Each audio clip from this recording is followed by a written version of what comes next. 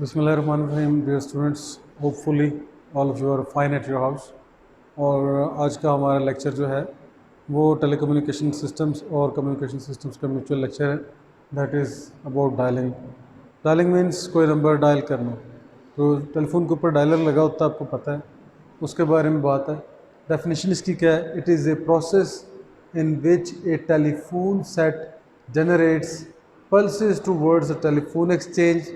The telephone exchange identifies and connects the required number and completes the loop between subscribers. Subscribers कौन से हो सकते हैं? एक जो नंबर डायल कर रहा है और दूसरा जिस तक वो डायल नंबर जाना है। So here it is a simple chemistry कि आपने उसको कोई नंबर डायल करने के लिए डायलर इस्तेमाल होता है और टेलीफोन एक्सचेंज इसमें क्या करती है? हेल्प करती है। तो आगे मैं देखता हूँ इसकी सर्किट डायग्राम की तरफ जाते हैं कि सर्किट डायग्राम में क्या है। तो यहाँ पे सर्किट डायग्राम की तरफ आते हैं, गौर से देखिए।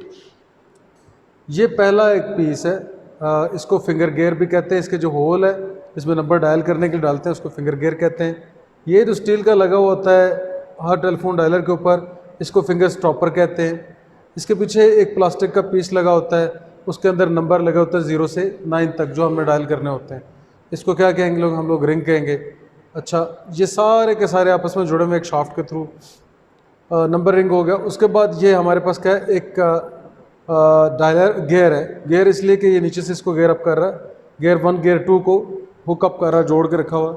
उसकी बैक पे स्प्रिंग लगा हुआ है। ये स्प्रिंग इसलिए लगा कि जब आप 0 घुमाएंगे या 4 या 5 को नंबर घुमाते हैं, डायल करते हैं, तो फिंगर स्टॉपर पे जाकर रुकता है, स्प्रिंग उसको वापस अपनी जगह पर यानी 0 पर लेकर आता है। उसके बाद हमारे पास जॉइंट है, ये जॉइंट बना हुआ है। जॉइंट के पीछे ये आर्म है, आर्म के पीछे डायल कंटैक्ट है, यानी कि जो आपने डायल किया है उसकी करंट प्रोवाइड करेगा। और जो ऑफ नॉर्मल कंटैक्ट के लीजिए सिंपल सा पीछे एक बैक पे लूप है। और ये जो इसके साथ गेयर्स लगे हुए इनको कैम कहा जाता है। So here it is a simple उसका स्ट्रक्चर है बैक साइड का। बेसिकली तो ये है कि जब डायल करते हैं तो एक पल्स वो जनरेट करता है। वो पल्स जो बेसिकली जाती है आपकी उसमें टेलीफोन एक्सचेंज में, उससे रिकग्नाइज होता है नंबर और आगे जाता है। कंस्ट्रक्शन ये होगी। फंक्शन देखते हैं।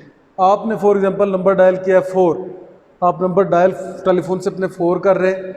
जब तक आपने नहीं किया तब तक ये जो पोजीशन है यहाँ तक की, ये करंट की सिचुएशन जा रही है पल्स की। यहाँ तक जो पल्स है इसका मतलब है हैंड सेट अभी क्रेडल के ऊपर है, उठाया नहीं है। तो यहाँ पर वोल्ट करंट की वैल्यू क्या होगी? 0 वोल्टेजेस होंगे। जब आप उठाते हैं जैसे ही तो करंट मैक्सिमम हो जाती है और हैंड सेट लिफ्टेड अप हो जाता है। फिर आप नंबर डायल 4 डायल करोगे तो 1 2 3 यहाँ पर क्या होगा? आपका नंबर 4 डायल हो जाएगा। 4 नंबर डायल होगा डिजिटल, और यहाँ पर आपने रिलीज़ कर दिया। और उसके बाद आप दूसरा नंबर अपना डायल करेंगे, सेकंड नंबर डायल करेंगे यहाँ पर। तो एक पल्स का जो टाइम ड्यूरेशन है वो है जी 100 माइक्रोसेकंड्स का। उसके बाद ब्रेक टाइम 60 का है, मेक टाइम 33 का है।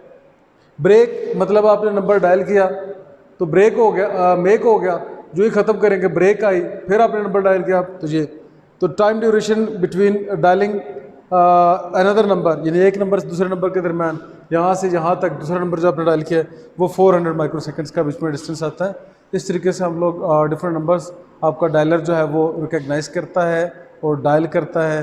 और इस तरीके से dialling mechanism electromechanical telephone sets का काम करता था। अब तक के लिए इंशाल्लाह आपको, मुझे उम्मीद है कि समझ आ चुकी होगी।